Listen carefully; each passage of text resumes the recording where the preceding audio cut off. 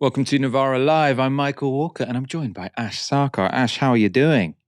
I'm all right. Always better for being reunited with you, Michael. Oh, it warms the heart. Coming up tonight, lots of big stories. Israel's retaliatory missile strike on Iran over the weekend. World War III hasn't started yet, luckily. We'll talk about the Japanese election. We don't talk about Japanese politics much on this show, but it is incredibly interesting. Trump has had a rally in New York. He wanted to say he sold out Madison Square Gardens. Is that what's Madison Square? I think that's what it's called. Anyway, it's maybe backfired because one of his warm-up acts was very, very racist, and new details emerged from Daniel Khalife's Manhunt last year. That's my favorite story of the show, and we're ending on that. So do make sure you stay tuned. Chancellor Rachel Reeves will announce the Labour government's first budget on Wednesday, and the Treasury has already hinted that it will involve some tax rises, freezes to income tax bans, and cuts to spending. In other words, pain. That's why Prime Minister Keir Starmer gave a speech in Birmingham this morning aimed at reminding us all how grim everything is. And yes, things are worse than we could possibly have expected during the election. And the budget will set that out very clearly. I mean, just look at the state of our prisons last week. Where's the Tory apology for that?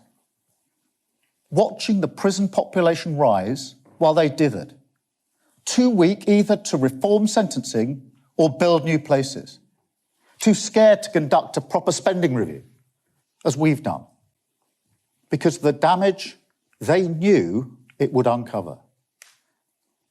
Oh, they knew. That's why they ran away from that exercise and called an early election instead. They knew our public services were broken. They knew there's a black hole in the public finances. £22 billion of unfunded spending this year, wasting the reserves 3 times over on Rwanda, asylum hotels, propping up a failing train companies. And that's before we even get to the long-term challenges ignored for 14 years. An economy riddled with weakness on productivity and investment. A state that needs urgent modernisation to face down the challenges of a volatile world. A country where people don't just lack faith in politicians to fix any of this, but also wonder whether Britain can, whether we still have the resources to move forward, or whether decline is now an incurable disease. Oh, it's all very dreary, isn't it? I thought we were going to get a bit more, some more cheery content from the government, but no, it's still fairly negative. They're preparing us for what is set to be a difficult budget. And Keir Starmer also returned to one of his favourite metaphors to sort of justify that likely tough budget ahead. I know that some people recoil from the tough decisions we have to make to fix the foundations. But that investment, it didn't happen by accident. It's because businesses can see that we're fixing the foundation. Everyone who finds damp in their house knows they have to make a decision. Paint over it, or strip it out, pull off the plaster, and deal with it once and for all. So I will defend our tough decisions all day long. It's the right thing for our country, and it's the only way to get the investment that we need. Now, when I was listening to this speech on the radio earlier, that's what really stuck out to me, this particular quote, and it annoyed me because everyone knows that when you find damp in the house, you've got a choice. You can either paint over it, or you can sort of get to grips with it, sort of rip off the plaster and fix it forever, right? And that's not true. There's a huge proportion of society, renters, who when they see a bit of damp, what do? They think, well, I'm going to have to try and get my landlord to do something about this. And the landlord says, oh, if there's damp in your house, that's probably just because you've dared to dry your clothes inside. Right? So I can see where he's coming from with that analogy, but the idea everyone knows this, potentially a little bit out of touch to the huge proportion of people on lower incomes and younger people who are renting, right? Because our experience is, you're lucky if your landlord paints over the damp. Probably what he's going to tell you is, oh, it's your fault really, isn't it? What do you expect? Anyway, We do digress a little bit. Starmer didn't have too much new to say in his speech. That's not a big surprise, right? They've got a budget coming on Wednesday. But one concrete announcement did come in the questions and answers session. Prime Minister, it's been reported over the weekend that the £2 cap on bus fares across England is going to be scrapped in the budget. What's your assessment on the impact this would have on working people who would expect the Labour Party to be on their side? On the £2 bus fare, first thing to say is the Tories only funded that till the end of 2024. And therefore, that is the end of the funding in relation to the £2 capped fare. I do know how much this matters, particularly in rural communities where there's heavy reliance on buses. And that's why I'm able to say to you this morning that in the budget we will announce there'll be a £3 cap on bus fares to the end of 25, because I know how important it is. So that'll be there in the budget on Wednesday. So he sort of said that like it was a good announcement, right? So the £2 cap, for reference, right? This was one of the Tories' few decent policies. They said we will implement a £2 cap on bus services, and it was subsidised by the Treasury. So if that meant that bus companies or local authorities would make a loss on their bus services, the Treasury would foot the bill. Now he's saying, as he said so many times, this was a Tory policy which wasn't funded for long enough. And he's saying, but because I know buses are important, I will keep the cap, but only for a year. And also we're going to raise it by 50%, right? 50%. No one's going to say, oh, it's only raising from £2 to £3. We're going to thank you for that. Like, these people really don't understand politics. It's been jumped on, as one would imagine, also by Starmer's rivals. The Liberal Democrats have called the move a bus tax. It's not really correct. It's sort of lowering the subsidy, but there we are. Tory leadership candidate Robert Jenrick has called it clueless, and the Greens' Carla Denyer has said it's a move in the wrong direction. Ash, the amount of money here is going to be fairly small, isn't it, in terms of saying we can't afford to cap them at £2, so we'll cap them at £3 instead. But I'd imagine the political hit could be quite big here for increasing bus prices or bus ticket prices across the country by 50% in sort of one announcement where he's pretending this is good news.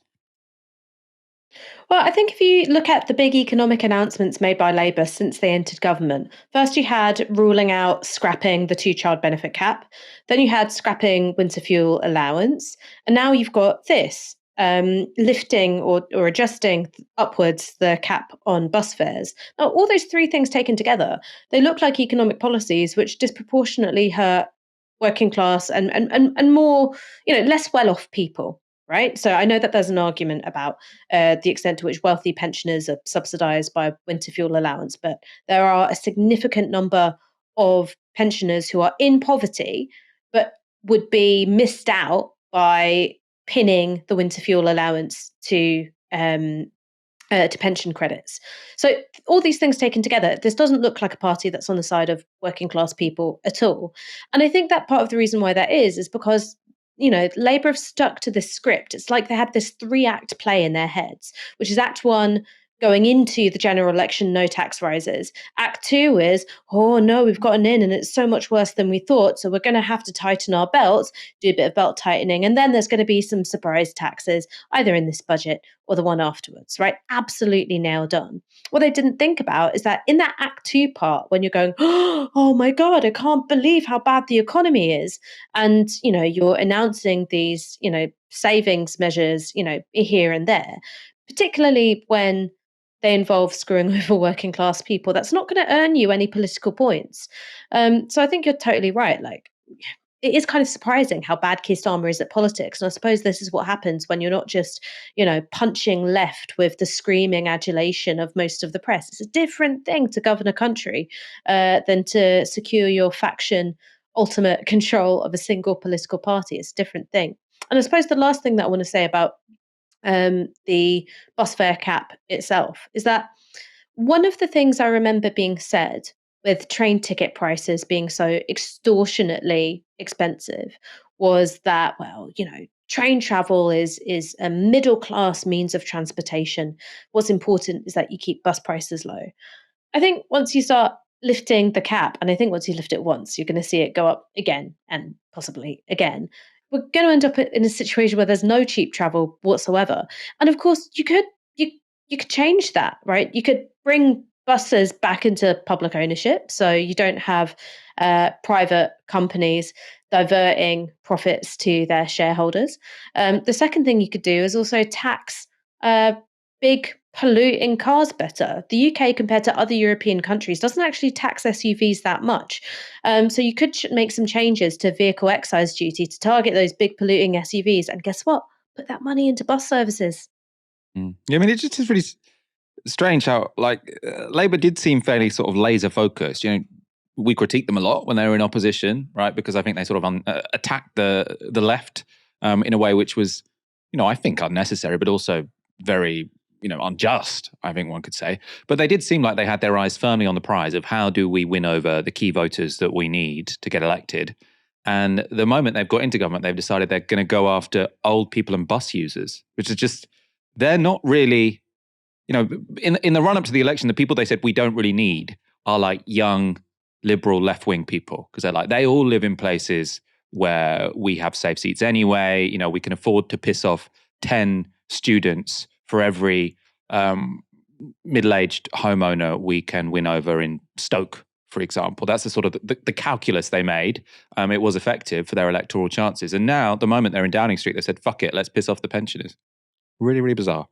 Let's move on to another Labour story. This one about yet another of the party's high-quality parliamentary candidates.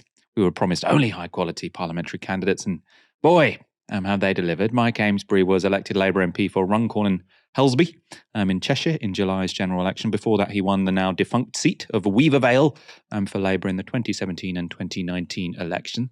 But now he's been suspended from the party after he was caught on camera doing this. Stop it! Stop it!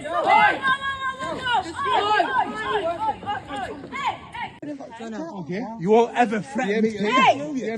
You won't ever threaten me again, will you? Leave it. Smacking someone on the floor.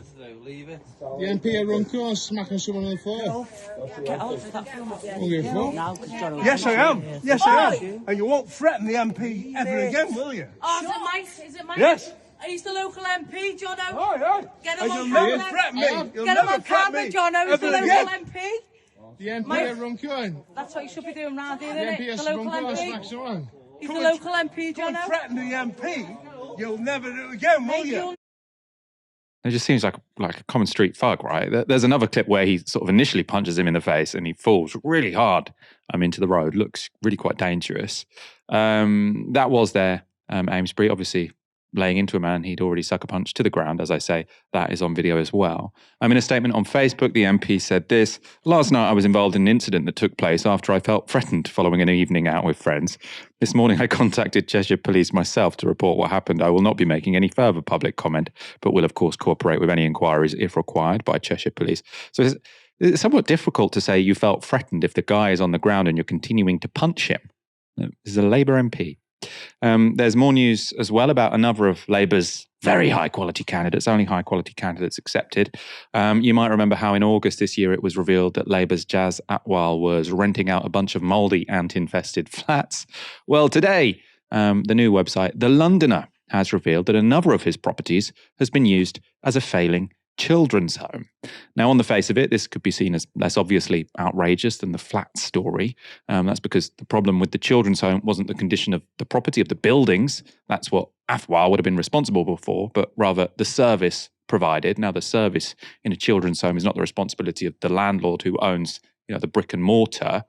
However, the story in this case is actually more complex than that, and it does seem like Afwal has questions to answer, because The Londoner reports this. Afwal, said to be Parliament's biggest landlord, is friends with the home's owner, whose company was paid millions of pounds by Redbridge Council during the period Afwal was council leader. Daljit Johal endorsed Afwal before the 2019 general election, and the two men have interacted on multiple occasions in public Facebook posts, including one comment in which Afwal called Johal the Don.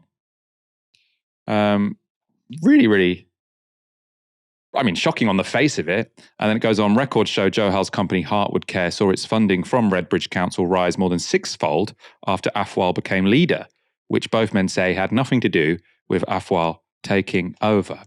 Afwal has strenuously denied any conflict of interest. I do recommend reading the article. There's also sort of an entertaining bit where he speaks to them on the phone. I think he denies knowing the man who owns this home, which is clearly untrue. His lawyer said you can't use his comments which he made on the phone because he was on a busy Elizabeth line train. So we can't have expected him to be responding in, I suppose, a truthful manner. Or he'd say, I didn't quite understand the question. I didn't have time to get on top of it. But not impressive. These are the people who the likes of Faiza Shaheen had to make way for because Labour only wanted the highest quality candidates. Israel launched a long-awaited retaliatory missile strike on Iran on Saturday morning. According to Israel's military, scores of fighter jets completed 3 waves of attacks on sites near Iran's capital Tehran, as well as in western parts of the country. But Iranian officials have said that most of Israel's missiles were intercepted by the country's air defense systems, which appear to have lit up the sky over Tehran during the 3-hour pre-dawn attack. Iran has been keen to assure the world that the impact of the attack was minimal, releasing footage of Tehran residents going about their normal business later in the morning. Meanwhile, Israel's military said it had hit around 20 targets, mostly connected to Iran's air defense, as well as missile and drone production facilities. The US described the attacks as, quote, an exercise of self-defense and urged Iran not to retaliate. In the lead up to the strikes, US President Joe Biden, alongside other Western leaders, had reportedly instructed Israel to avoid targeting Iranian oil infrastructure and nuclear facilities. That was to avoid further escalation in the war. And also, the Americans didn't want oil prices to rise in the run up to a presidential election. And following this attack over the weekend, the White House said that Israel had followed those directions. But satellite images do appear to show that it isn't quite the case. So Iran's Talagan 2 base was previously used for nuclear testing as part of the country's nuclear program. Before and after satellite images of the site show that several buildings were damaged by missile strikes, including at least one that previously held important nuclear testing equipment. According to Israeli defense analyst Ronan Solomon, Israel managed to bypass the West's embargo on targeting nuclear sites by exploiting semantics. He told The Telegraph this: the Israeli idea is to cut the supply of ballistic missiles to use against Israel and in the end to prevent Iran building a nuclear warhead. This isn't a nuclear facility, as Iran called it a military facility, so that gave Israel a green light to attack it. Israel couldn't target the enrichment, so it targeted the integration of the missile and the trigger of the bomb for the head of the missile, which is being tested at Talagan 2. Iran has not confirmed damage to the Talagan 2 site following Saturday's attack, though it has said that 4 soldiers were killed in these strikes. The assault came almost a month after Iran fired a barrage of nearly 200 ballistic missiles at Israel in early October. That attack was a response to Israel's September assassinations of Hezbollah leader Hassan Nasrallah and a high-ranking Iranian official in Lebanon's capital Beirut, as well as the killing of Hamas political leader Ismail Haniyeh in Tehran in July. Israel's counterattack on Iran, though, was a bit more limited than many expected, with Axios reporting that Tel Aviv sent a message to Tehran in advance, revealing certain details of the attack and warning the country not to respond. Israeli Prime Minister Benjamin Netanyahu has rejected that story, but the response of Iran's supreme leader Ali Khamenei to the attack has so far been relatively mild. Speaking a day after the assault, Khamenei said this: the evil actions of the Israeli regime 2 nights ago should neither be exaggerated nor downplayed. The miscalculations of the Israeli regime must be disrupted. It is essential to make them understand the strength, will, and initiative of the Iranian nation and its youth. The manner of making the Zionist regime understand the power and resolve of the Iranian nation is up to our officials, who will take whatever action best serves this country. So potentially they're, I suppose, trying to depoliticize it somewhat, saying it's going to be up to the officials, I'll leave it to the army. The political leader of the country saying nothing to do with me, which, does seem relatively sort of deflationary as a response. The country's president, Masoud Pezeshkian, has also given a muted response, telling an Iranian cabinet meeting this on Sunday: we do not seek war, but we will defend our country and the rights to our people, or the rights of our people, sorry. We will give a proportionate response to the aggression by the Zionist regime. And they call it the Zionist regime because they don't recognize the existence of Israel. There is no peace deal between Israel and Iran. Ash, this seems actually, we talk so often on this show about how Israel's actions always seem, as extreme as they can possibly be in a way. This one seems relatively restrained by Israel's standards. Is that your impression of what happened over the weekend? Well, I think that the kind of calculation Israel is making with regards to Iran, it's obviously different from the calculation that it makes regarding Palestine and different from the calculation that it is made regarding Lebanon. So obviously, fighters operating in either Gaza or the West Bank are quite limited in the kinds of weaponry that they possess, right? So you're looking at rockets and handguns, right? You're certainly not looking at anything like long-range missiles. Similarly, with Hezbollah, the narrative that always came out from Hezbollah was that they possessed Iranian-manufactured longer-range missiles, which were capable of striking, deep into Israeli cities. Now, that kind of threat hasn't yet manifested. Of course, you've had drone strikes on Netanyahu's house, but you haven't seen the kind of destructive capacity that had been hinted at previously. And maybe what had happened was that Israeli intelligence suggested that their military hardware wasn't all that. When it comes to Iran, completely different story. So you're looking at cruise missiles, you're looking at ballistic missiles, you're looking at drones. They've got a massive military industrial complex of their own. And they don't, there's no indication and no obvious indication that they've got nuclear weaponry yet. But knowing that they've been trying to develop a nuclear program, sorry, I sounded like Homer Simpson there for a second, a nuclear program, that threat isn't zero. So when you're thinking about targeting, like densely populated residential neighborhoods, targeting people when they're with their families versus targeting, military targets or the more sort of limited assassinations that you've seen Israel carry out in the center of Tehran. That's what they have to do because the scale and destructive power of Iran's military is completely different from anything that could come from Palestine or from Lebanon. So I think that's what accounts for the difference. Now, the thing which I found kind of darkly funny over the weekend was I saw a headline in The Guardian, which was something like, Joe Biden says that he hopes that latest Israeli strike on Iran will stop escalation. I was reading that headline and I just thought to myself, that is not how escalation works. It's like, okay, well, this is going to be the bomb that stops it. I mean, no, not really. Iran's response to Israel just a few weeks ago involved, hundreds of ballistic missiles being fired. Now, there's still some contestation about the scale of damage that they caused to military targets within Israel itself. But suffice to say that the Iron Dome couldn't intercept all of them, all right? That it just couldn't, considering the scale of it. What Iran might do in response to this latest escalation, we don't know. But I would be very, very surprised if this were to be the end of it. Yeah, I mean, I think also it's going to depend a lot on who wins the presidency. I think an idea is that if Trump wins it, then Netanyahu is going to be trying to persuade him to have a joint attack on Iran, which would obviously be a lot more effective than Israeli attack on their own. Also, a lot more catastrophic in the sense that it would create state failure in a country of, I think, around 90 million people. As we say, Israel's actions against Iran over the weekend appear to have been relatively restrained by Israeli standards. Their actions in Lebanon continue to be anything but that. Al Jazeera has this report on their attacks on the city of Tyre. Israel is accused of imposing a Gaza-like scenario in Lebanon. In the southern city of Tyre, it's been a scorched earth policy. Residential blocks are being brought down in huge strikes after forcing people out of their homes under threat of bombing them. The city's seafront, where restaurants and cafes used to be packed with people, are now destroyed. Livelihoods and history erased.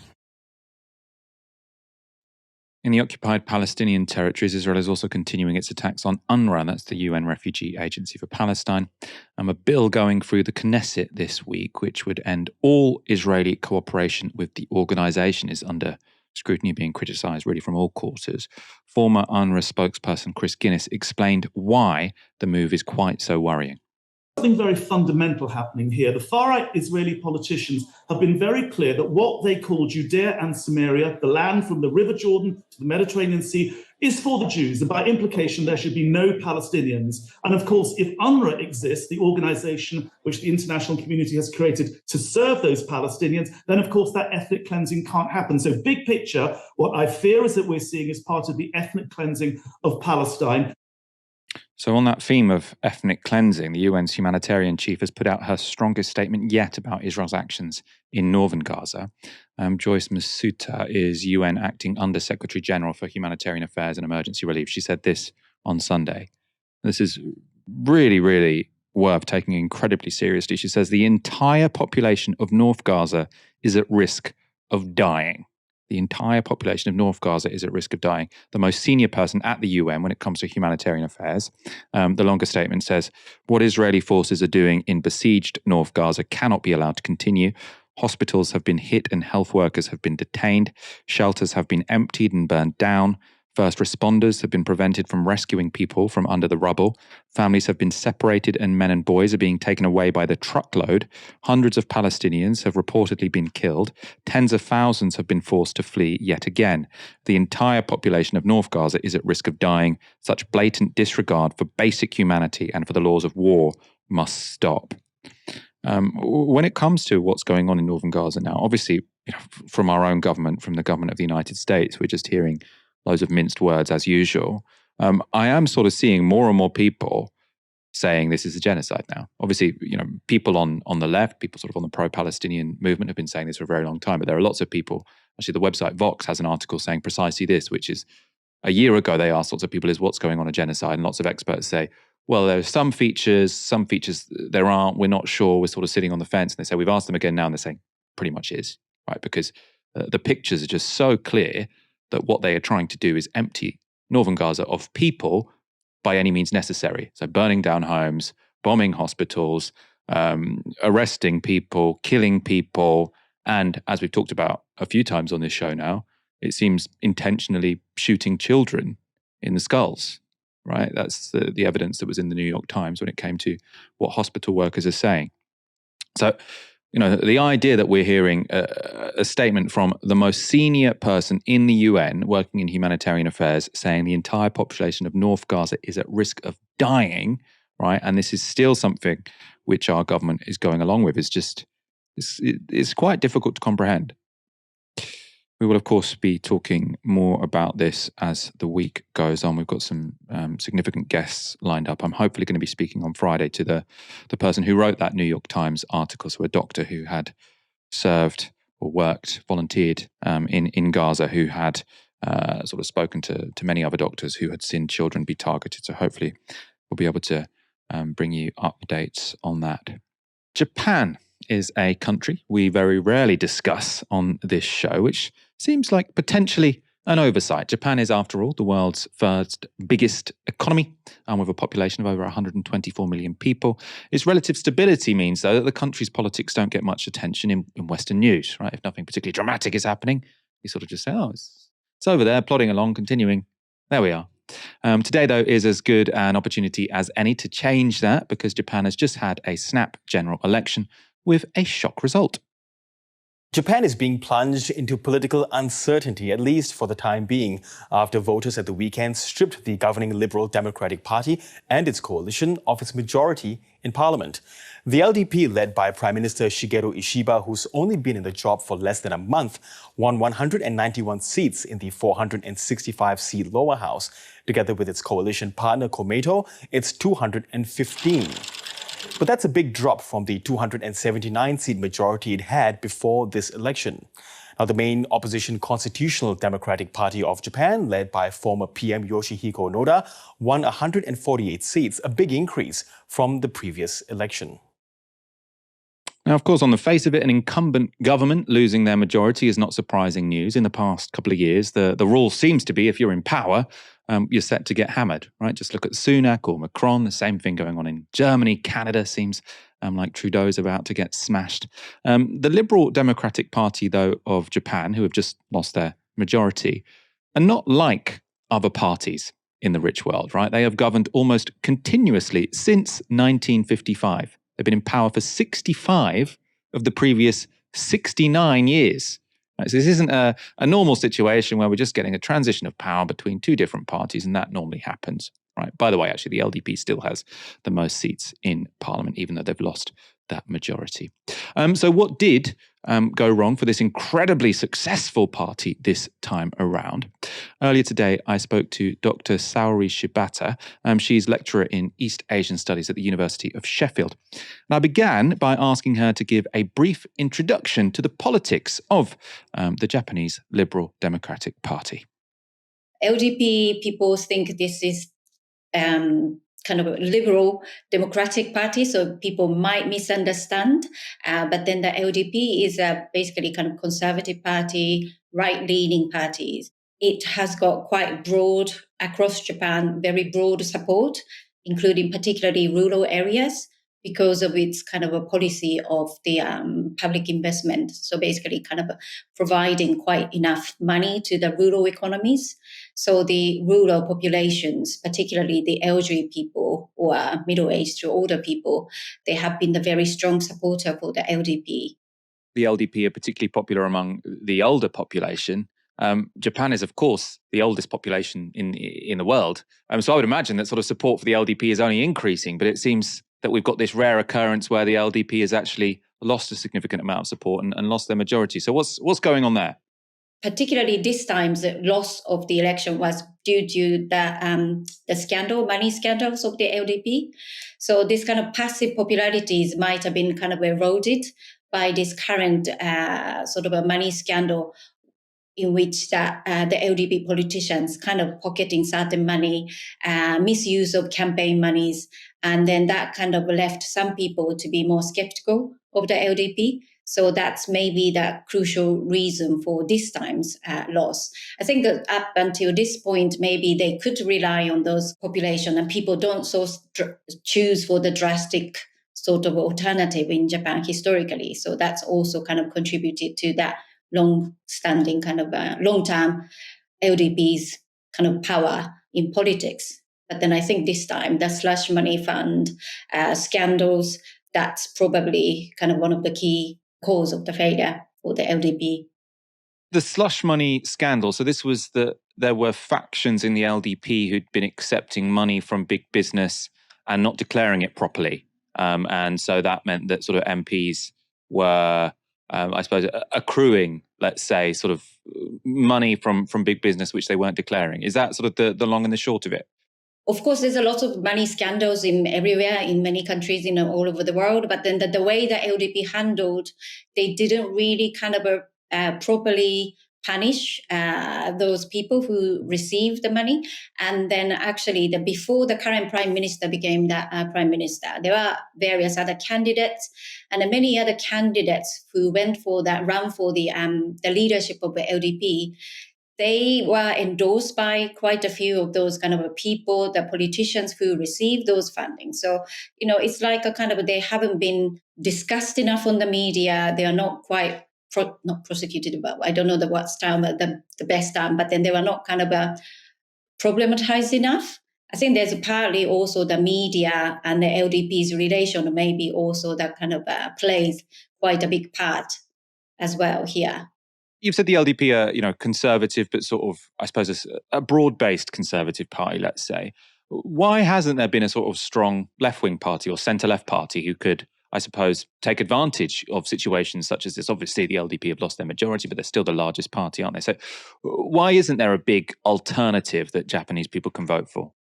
Of course, people kind of think that Conservative Party, often the characteristics of such Conservative Party is about that its connection with business. So, of course, the LDP Party have a strong connection with business groups. However, what LDP's Conservative Party is a bit different from other countries' Conservative Party is that they have quite strong sort of a support base, like I said, they're in the rural economy. So for instance, like rural economies like agriculture, fishery industries, that LDP has been quite historically in the post-war period good in terms of like investing in the rural economy. So then that in that way, which the alternative party haven't presented such kind of strong support to how to address the rural economy problems. I suppose there are a number of trends which we're sort of seeing in this country now, where you work, of course. And we've got a declining birth rate, an aging population, also much slower economic growth than we're used to having, I suppose, for the past decade or so.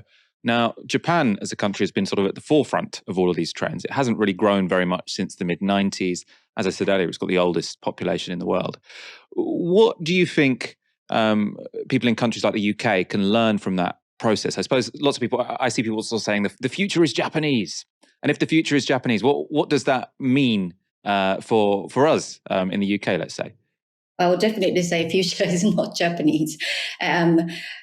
I think there's a quite mystified view about Japan in the UK.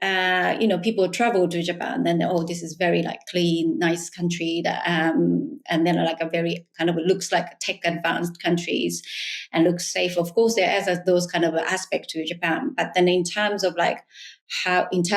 democracy, in terms of like equality, social justice, equality, human rights, I think Japan have got many, much sort of in lagging behind from other Western countries, particularly like gender equalities.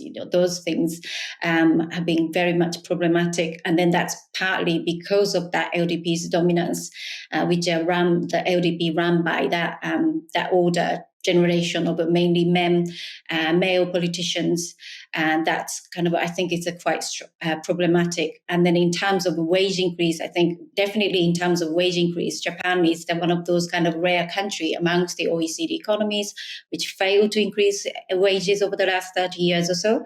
And there's a lot of kind of precarious employees there in Japan, and then it's not getting better. Well, there is a certain wage increase been achieved recently, but then it's not good enough to improve the quality of life for many people. And then people work for long hours. I don't think it's that like a kind of a future. Japan is something that I would consider when we talk about Japan. So Japan might have got older before us and might have stopped growing before us, but the future, according to Saori Shibata, speaking to me earlier today, will not necessarily be Japanese. We're just over a week away from the US presidential election, and Trump has apparently decided what will get him over the line is a racist rally in New York. Now, of course, many on the right will say charges of racism are overused. The left call everything racist. But the bigotry on display on Sunday was not subtle. It is absolutely wild times. It really, really is. And, there's a lot going on. Like, I don't know if you guys know this, but there's literally a floating island of garbage in the middle of the ocean right now. Yeah. I think it's called Puerto Rico. Okay. All right. Okay. We're getting there. That was the so-called comedian, Tony Hinchcliffe.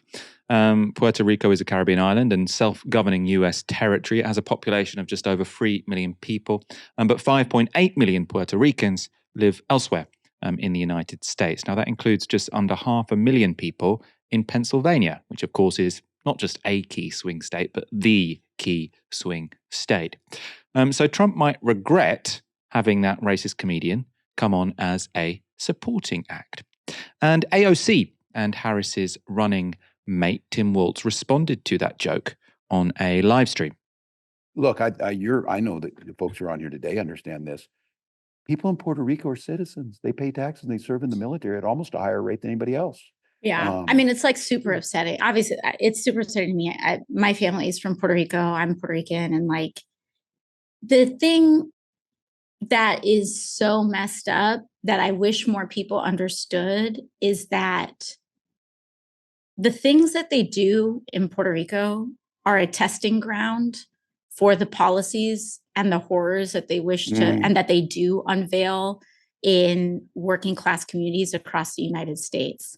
And I need people to understand that when they when you have some a-hole calling Puerto Rico floating garbage, know that that's what they think about you. Now, in fact, Tony Hinchcliffe wasn't shy about what other groups he was willing to disparage and what he thought about them. He made this joke about Latinos. Believe it or not, people, I welcome migrants to the United States of America with open arms. And by open arms, I mean like this.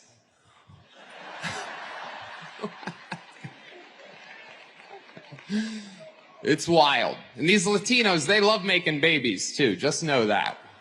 They do. They do. There's no pulling out. They don't do that. They come inside, just like they did to our country. He also said this to a black man in the audience. Heck yeah, this cool black guy with a thing on his head. What the hell is that, a lampshade? Look at this guy. Oh my goodness. Wow. I'm just kidding. That's one of my buddies. He had a Halloween party last night. We had fun. We carved watermelons together. It was awesome. We carved watermelons together. For good measure, Trump Support Act also joked about violence against women. I have other policies that I think it should be implemented as well. Like me personally, I think football should be all year round. Yeah. So many great athletes. I don't know about you guys, but I think that Travis Kelce might be the next O.J. Simpson. Now, the joke, if we can call it that, is that O.J. Simpson, he got found not guilty in court, but everyone assumes really that he violently murdered his girlfriend, right? So that is a very, very violent joke to make about Taylor Swift, presumably because she had the temerity to endorse Kamala Harris. Ash, it's an interesting story, this, in the sense that the idea that Democrats and the liberal left will be discussing whether jokes are too offensive might be sort of the kind of news cycle that Donald Trump will be very happy with. You know, they like to stand on, free speech, political correctness has gone too far. At the same time, is having a support act sort of calling Puerto Ricans trash. Is that smart? Have they messed up here? Well, I think there's a few things. I think you're totally right to point out that this is an argument that the MAGA right really like having. And it's also the point of putting these opinions in the mouth of a comedian and then having a comedian at a political rally. So I know that lots of people might think of me differently. I don't actually, I really love stand-up comedy. And I also understand that stand-up comedians get accused of thinking things that they don't really think, and jokes get taken out of context and sort of warped and misunderstood in a way which is flattening of the art form. I don't think that a comedian has to be super progressive to be funny. I mean, like, my two favorite comedians of all time are Richard Pryor and Dave Chappelle. All right. I do not think that you have to be super progressive to be a funny comedian. But the reason why this comedian is at a political rally is to normalize these sentiments of looking down on, in particular, people of color, migrants, making jokes about violence against women when the target is considered something of a political opponent. And you can normalize that as a way of talking about politics and then back off from it by going, no, it was a comedian. No, it was just a joke. Like, that's the purpose of putting the comedian in that space. He wasn't at a comedy venue. The reason why he wasn't at a comedy venue is that probably not very many people would want to come. He's not very funny. Like, this is kind of the grift of right-wing comedians, is that, yeah, sure. Like, there are some funny comedians who happen to be right-wing, but the kind who build themselves as like, I've been cancelled and I'm anti-woke and I'm this and I'm that, they often can't craft a joke to save their fucking lives. I mean, the bit about like the black dude carving watermelons, I was just like, not only is it like racist and a bit kind of like junior, but your setup and your punchline and your storytelling is just absent. Like, you've got nothing going for you. Like, if he wasn't able to, ride this anti-woke grift all the way to, a massive Donald Trump rally, he'd be making YouTube shorts that nobody watched. Like, he's just not a very talented comedian. But the point isn't to actually tell jokes that are funny or tell jokes which are challenging to liberal norms, which I think is a perfectly fine thing to do, by the way, right? Lots of very good comedy can be made from puncturing, people's sense of self-righteousness. This is a spectacularly untalented, unfunny man who's been put there so that racism gets this plausible deniability of like, oh no, it's a joke. You're just trying to clamp down on free speech. You don't know, humor. You can't take a joke, blah, blah, blah, blah. And it's tiresome because I think that liberals and progressives more generally haven't found a way around that, right? You just so obviously get pigeonholed as like humorless that it becomes almost impossible to critique. And as far as I understand it, I did watch more of his, stand-up routine, I suppose it is.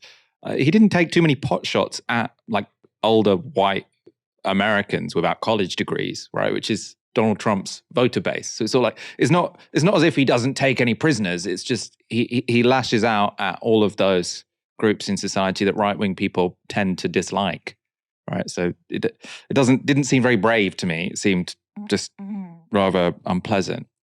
Trump's Madison Square Garden rally therefore may not have done him any favors. Presumably, if you're a Puerto Rican voter, you're not going to find that particularly funny. I mean, it wasn't a funny joke. It was just, offensive. On Saturday, though, Donald Trump potentially had a more successful outing on Joe Rogan's podcast. This is how The Telegraph reviewed Trump's episode of The Joe Rogan Experience, which has already been viewed 34 million times on YouTube. That is a lot of people to watch what is, in a way, a 3-hour campaign video. They say this, it's Poppy Coburn's written it, the 3 hilarious hours that won Donald Trump the election. She says the Joe Rogan podcast legend didn't give him an easy time, but Trump was coherent, freewheeling, and characteristically funny. Now, we can't say whether he's won the election. I very much hope he hasn't. Trump, though, however grotesque, hate to admit it, was on a few occasions fairly entertaining in this 3-hour interview with Joe Rogan. You do feel like Kamala Harris would probably have struggled to do 3 hours with the same podcast host. This was the former president on how he'd handle Russian Premier Vladimir Putin. If you have a smart president, he can deal with Russia. He can deal with all of it. Russia would have never gone into Ukraine if I were president. How would you have stopped it? Automatic, 2 things. I told him. I said, Vladimir, you're not going in. Vladimir, you're not going in. I mean, it's not particularly plausible as to how that would have stopped the war in Ukraine, but I don't know. The guy clearly believes it. Trump, and in a way, I mean, it would be it's the thing with Trump is you kind of got no idea what him being president would have meant for that particular conflict. I mean, the Ukrainians really don't want it to happen because they think he's going to sell them out. Trump also talked about his relationship with North Korean leader Kim Jong-un. If you take a look at North Korea, I was there. I mean, I was with Kim Jong. I had a great I got along great with him. The press says he got along great. That's a good thing. It's not a bad thing. It's a great thing. Obama thought we were going to go to war with North Korea. When I met with Obama just prior to the takeover, you meet, you have a sort of a ceremonial meeting. But it lasted a long time, a lot longer than it was supposed to last. I said, what's the biggest problem? He said, North Korea.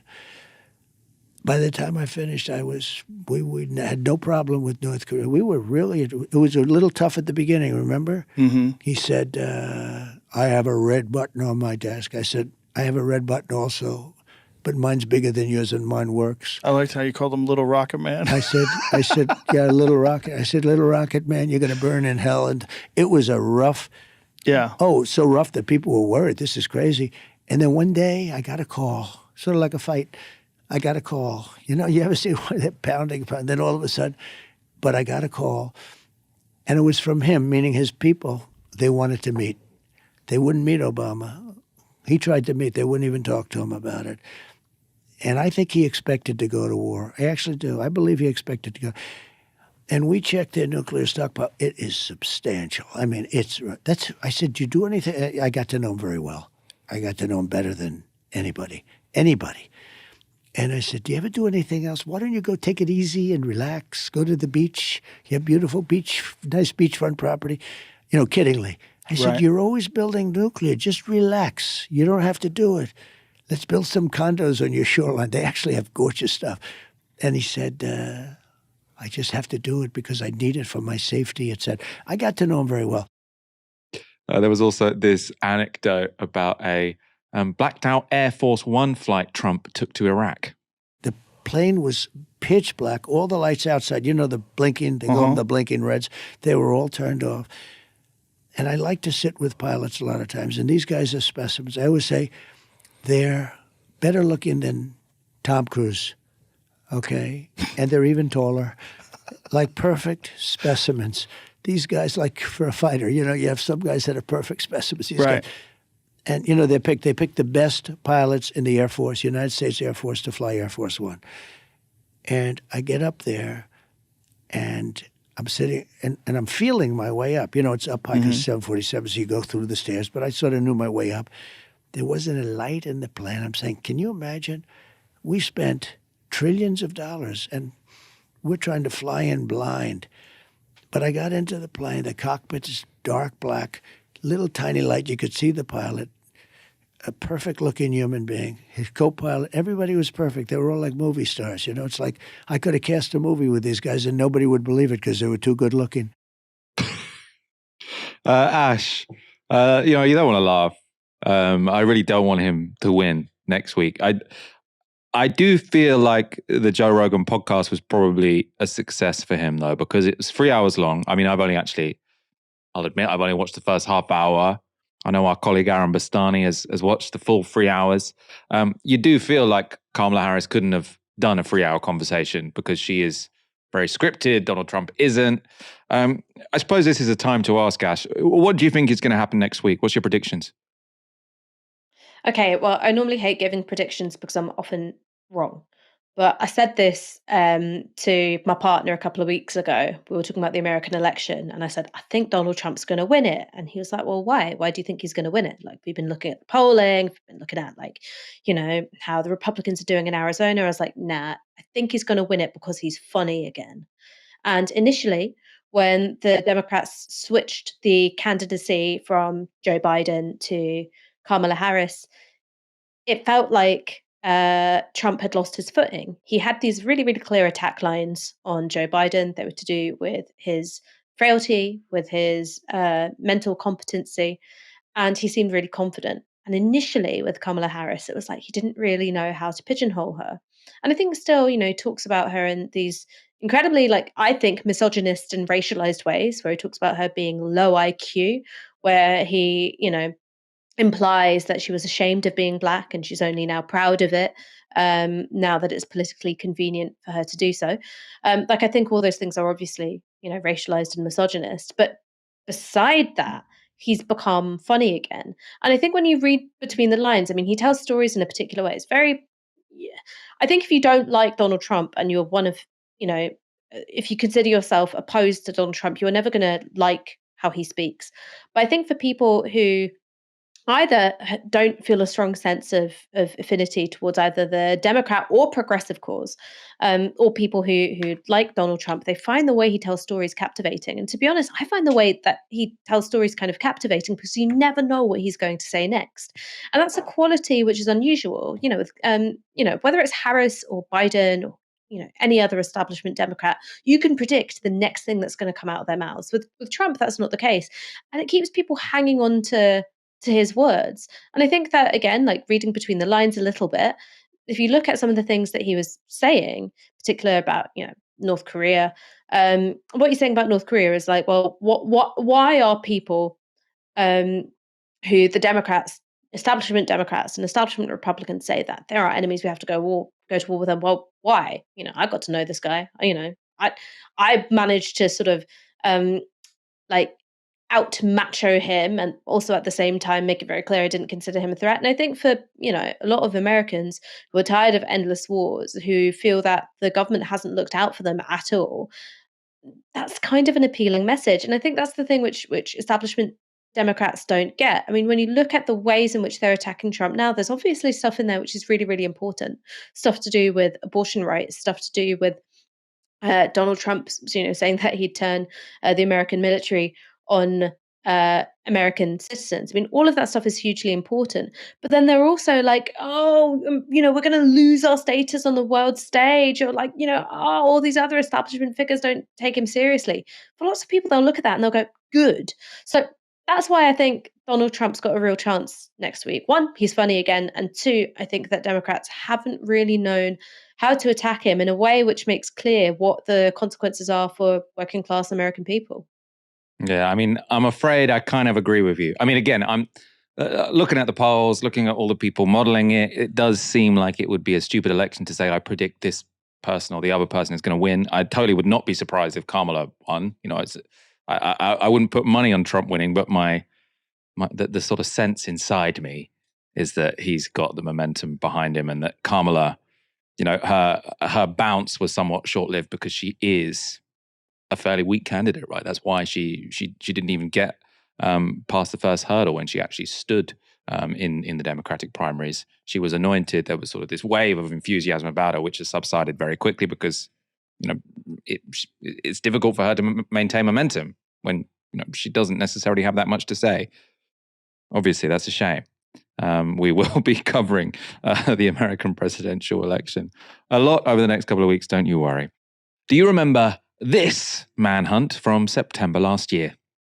This is an escape as audacious as it is embarrassing for the prison services. Daniel Khalife, it's believed, escaped by strapping himself to the bottom of a food delivery truck, being driven off the prison, and now a nationwide manhunt is underway. The national manhunt for a former soldier suspected of terrorism continues today, with the police saying he might have left the country, as there have been no confirmed sightings in the 36 hours since he broke out of Wandsworth. We have just received an update, the first confirmed sighting by a member of the public about a mile from the prison in London, Wandsworth Prison, coming out from under the lorry. This was on Wednesday morning. A second development, the Met Police are offering £20,000 reward for information leading to his arrest. So if you remember, it was 3 days of absolute headline news. This terror suspect has escaped from Wandsworth Prison. Such a sort of audacious thing that seemed to have happened. And after a 3-day nationwide manhunt, Khalife was ultimately arrested on a canal towpath in Northolt, West London. And just over a year after that 3-day alleged escape and capture, the former soldier is currently standing trial, where he's facing quite the combination of charges. The BBC report this. Mr. Khalife denies escaping from prison, gathering information useful for Iran, collecting names of special forces soldiers useful to terrorists, and perpetrating a bomb hoax at his barracks in Stafford. Now, I'm no lawyer, but pleading not guilty to that first charge. I mean, on the face of it, seems bold, but I'm not a legal expert. I don't want to comment extensively on that, but that's why we call it an alleged escape.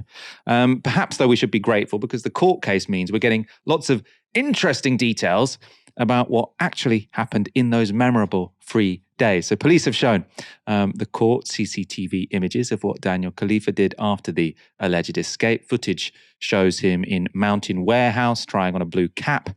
He's then seen wandering down a canal with said blue cap and buying more clothes in Marks and Spencer's. Apparently, he bought 2 shirts and some tracksuit bottoms.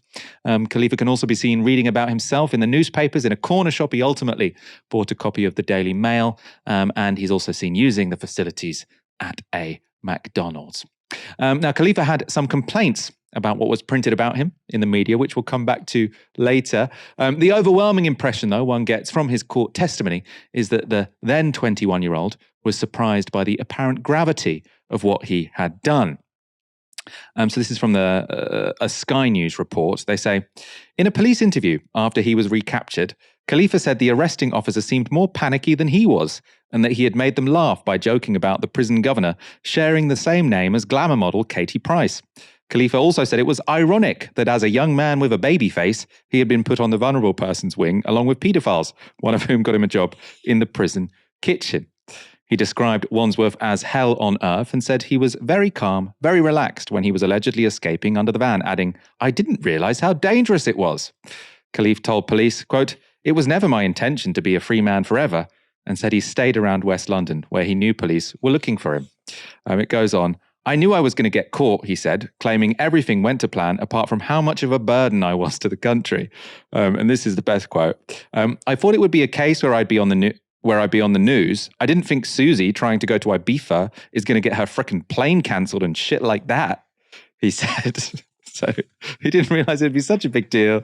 Sorry, he's become a burden. And he didn't realize that Susie trying to get to Ibiza is going to get her frickin' plane cancelled and shit like that.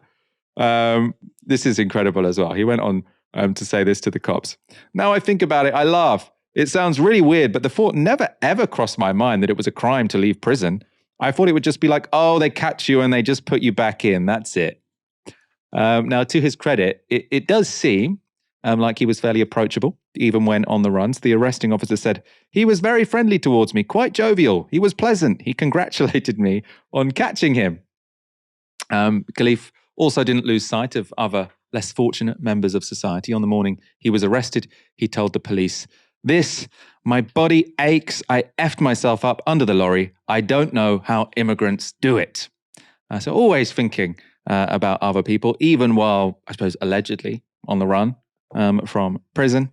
And, all these headlines across the news as well, like the top story for 3 days. You think like, whoa, how did the immigrants do it? Riding underneath this van. This was really, really dangerous.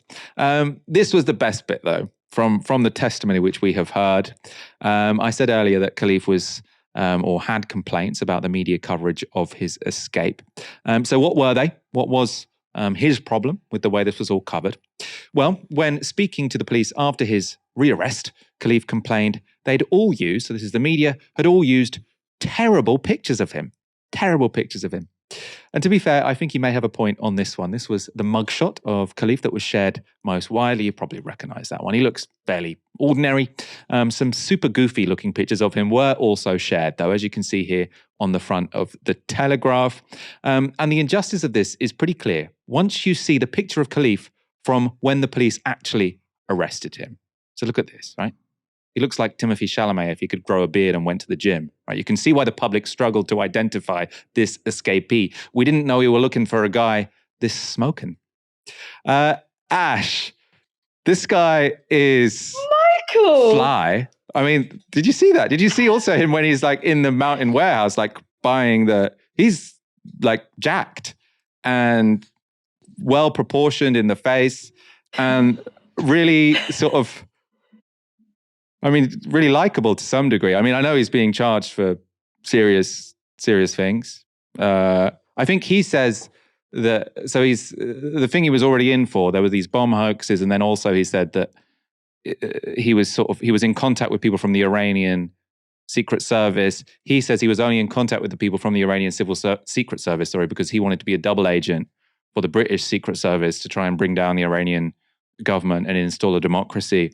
I got no idea. I haven't been following the details of the case.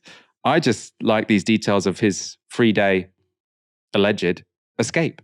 What do you make of the guy visually? Okay, well, visually, number one, he's 21, right? He's a baby. Like, I'm sorry. Like, I really do believe in the whole half your age plus 7 thing. And I've never really been that into guys who are younger than me. So while I say, yeah, nice face, lovely eyes, I don't feel attracted to him. I'm sorry. I don't. Second thing about the details emerging from the alleged escape, I wonder if I'm giving away something about my taste in humor. I'm saying like, oh yeah, Richard Pryor, Dave Chappelle, Donald Trump, and Daniel Khalife, all really funny dudes. I'm sorry. Like, what a hilarious thing to say. Like, oh, I really fucked my body. I don't know how the immigrants do it.